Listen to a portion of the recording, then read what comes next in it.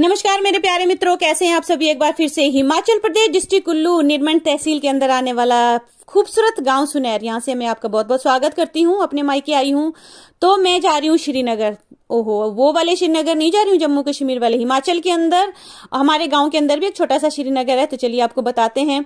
देखिए जी, हिमाचल प्रदेश या दूसरे गांव में भी होता होगा, लेकिन मैं अपने गांव की बात कर रही हूँ। जिस खेत में आप मकान बनाते हैं उस खेत का जो नाम होता है, उस घर का नाम, जो आप मकान बनाते हैं उस घर का नाम भी वही पड़ जाता है। और तो और आपको मैं बता दूं, मम्मी पापा को भी उस नाम से कभी कभी बुलाने लग जाते हैं। जैसे कि जो ये हमारा मकान है ना, इस खेत का नाम पहले कराटी होता था, हमारे घर का नाम भी कराटी पड़ गया। और कभी कभी तो मेरे मम्मी पापा को, जो ना मेरे ताई जी के बच्चे, कराटी वाले पापा कराटी वाले मम्मी बुलाते थे। तो बड़ा अच्छा लगता है, इन सब बातों में ढेर सारा अपनापन है। तो ये कपड़े जो लटके हुए हैं, इसके पीछे जो बड़ा सा मकान आप देख रहे हैं, ये है हमारा पुश्तैनी मकान। तो हमारा घर देखिए पीछे से कुछ इस तरह का नजर आता है। तो वो सामने में है हमारा आउट हाउस हम कहेंगे, या फिर भैया जो लेंटर डाल के नया मकान बना रहे हैं वो वाला, साथ में है हर्षित। तो मैं जा रही हूँ अपने बड़े पापा बड़ी मम्मी से मिलने। हम गांव में बड़े पापा बड़ी मम्मी बुलाते हैं, हम ताया ताई नहीं बोलते हैं। ये दिल्ली वाली लैंग्वेज में थोड़ा सा यूज कर लेती हूँ कभी कभी बीच में। तो ये देखिए जी, चलते चलते तंग रास्ते से, ये है गांव के रास्ते, इन्हीं रास्तों से गांव की महिलाएं भारी बोझा लेकर आती हैं अपने पीठ में लाद कर। तो हमें चलते चलते मिल गई थी बुआ जी। ये वही बुआ जी हैं जिनकी मैंने पहले भी वीडियो बनाई है। और ये थोड़ा सा शर्मा रही थी और ये घास काटने आई है। देखिए खेतों में रूखा सूखा सा खेत है, मौसम भी थोड़ा ऐसा ही है। बारिश ना आने की वजह से हरियाली आपको बहुत ही कम नजर आएगी। हर घर के पास छोटे छोटे खेत होते हैं और खेतों में देखिए गोबर की ढेरियां लगा रखी हैं लोगों ने। तो आजकल सर्दियां चल रही हैं, इस गोबर को सड़ने का इंतजार किया जाता है और सर्दियों में इसको बगीचे में डाला जाता है। तो ये संकरी सी आप रोड जो नजर आ रही है आपको, जो रास्ता है, ये गांव के बीच में से मेन रास्ता है जो गांव के लिए जाता है। और ये रास्ता पहले कच्चा होता था, तो पंचायत के थ्रू देखिए अब इसको पक्का भी कर दिया गया है। और हर घर के बाहर छोटे छोटे खेतों में प्याज, अदरक, लहसुन और भी बहुत सारे हरा साग वगैरह लगा रखा है। और चलते चलते हम पहुंच गए थी रोड के पास में ही, और रोड के पास में ही एक मेरी मासी जी का घर है और उनसे भी बातचीत हुई। और एक मजेदार चीज आपको दिखा देती हूँ। ये जो आप आंगन सा देख रहे हैं, इसे खलियान कहते हैं, पहाड़ी में इसको खड़ा भी बोलते हैं।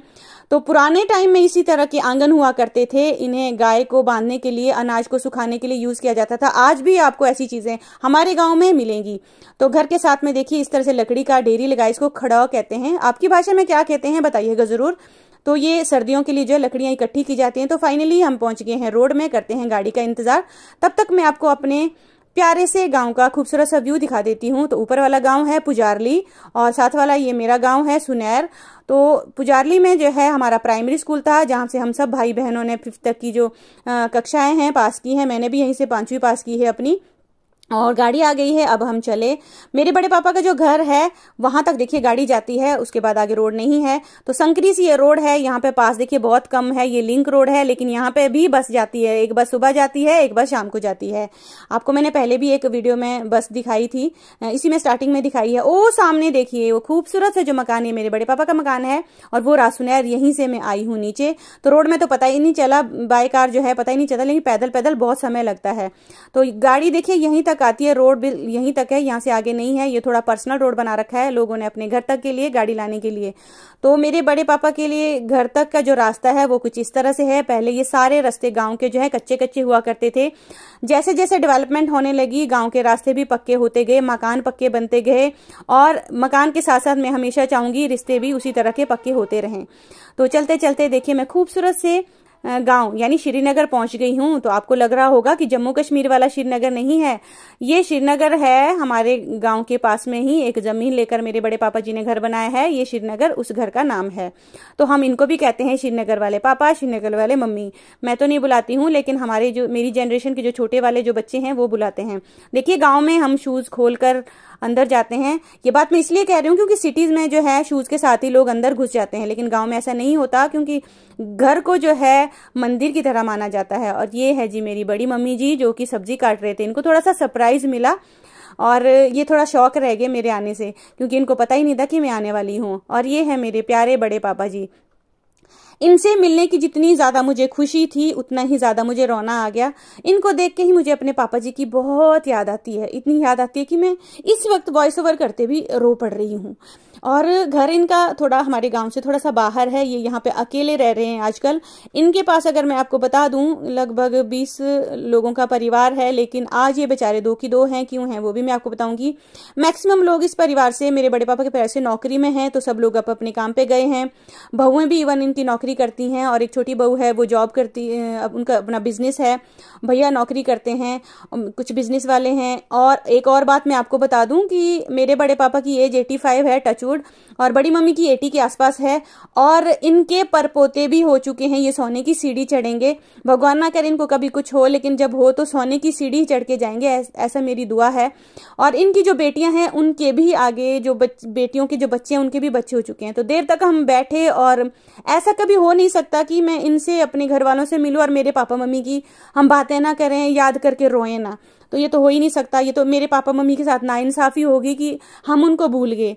तो याद करना अच्छी बात है, क्योंकि हमारे अपने जो हमें छोड़कर चले जाते हैं उनको भूलना बहुत बुरी बात है। अच्छे में बुरे में उनको हमेशा अपनी यादों में संभाल के रखना चाहिए, ऐसा मेरा मानना है। तो मैं कभी नहीं भूलती। और मेरे बड़े पापा इतने इमोशनल हो गए थे, मैं क्या बताऊं इनको। पहले तो इन्होंने मुझे पहचाना ही नहीं, बहुत मुश्किल हुआ। फिर इनको बताया कि मैं हूं।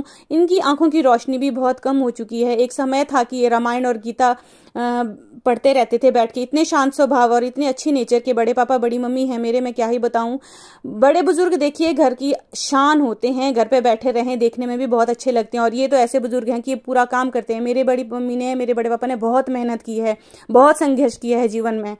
और मेरी बड़ी मम्मी ने तो इतना काम किया है। और अगर मैं आपको बताऊं कि मेरे लिए इन्होंने क्या किया है, बचपन में मेरी मम्मी जो है हमें इनके पास छोड़ के खेत चली जाती थी, और मेरे पापा तो जॉब करते थे। इन्होंने हमारा बचपन भी संभाला है। और मेरे बेटे को जब मेरी डिलीवरी हुई है तो मेरे पास 10 दिन तक मेरी बड़ी मम्मी लगातार रही हैं, तो इन्होंने मेरी बहुत सेवा की है। मैं इनकी इतनी कर्जदार हूँ कि जो मैं कभी नहीं चुका सकती। और जो ये आप औरत देख रहे हैं जो दादी अम्मा हैं, इन्होंने भी हमारे लिए बहुत कुछ किया है। ऐसे इंसान मिलना बहुत मुश्किल है, ये ईमानदारी की एक मिसाल है। जब ये लोग चले जाएंगे तो हमें ईमानदार और अच्छे लोग टॉर्च लेकर भी हमें ढूंढने को नसीब नहीं होंगे। तो पहले हमने अपने ही आंगन से निकाल के अमरूद खाए, उसके बाद बड़ी मम्मी ने हमारे लिए चाय बनाई।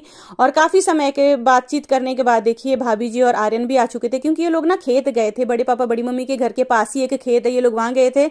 और उसके बाद हमारे जाने का टाइम हो रहा था, तो बड़ी मम्मी ने मुझे पैसे भी दिए थे, अर्शित को भी दिए थे। तो ये माँ बाप का हमारे प्रति प्यार है जो हमेशा बना रहेगा। बात पैसों की नहीं है, ये इनकी भावनाएं की है।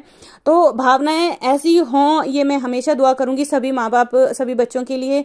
बुजुर्गों का होना घर में भाई बहुत जरूरी है। बुजुर्ग जो है एक आजकल जो है ना एक केयर टेकर का काम कर रहे हैं बहुत से घरों में, सिर्फ इतना ही है। लेकिन ऐसा नहीं है, घर में रिस्पेक्ट होनी चाहिए बुजुर्गों की। और ऐसे बुजुर्ग भी मैंने देखे हैं जो इतना चिड़चिड़ाते हैं, बहुत ही कनिंग नेचर के होते हैं, अपने बच्चों से बहुत अजीब तरीके की बातें करते हैं। और मेरे बड़े मम्मी पापा तो भगवान स्वरूप हैं, इन जैसा तो शायद ही कहीं नहीं होगा। इनसे बात करके मिल के मुझे इतना अच्छा लगा, मैं बता नहीं सकती। हमेशा मिलती रहती हूँ, व्लॉग तो मैंने आज ही बनाया है।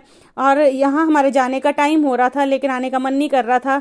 घर पे कोई नहीं था, बड़ी भाभी का जो है ऑपरेशन चल रहा, सब लोग वहां थे, इसलिए बेचारे आजकल अकेले हैं और बहुत ज्यादा इमोशनल थे। आज का इमोशन भरा व्लॉग आपको कैसा लगा बताइएगा जरूर। मिलती हूँ आपको नेक्स्ट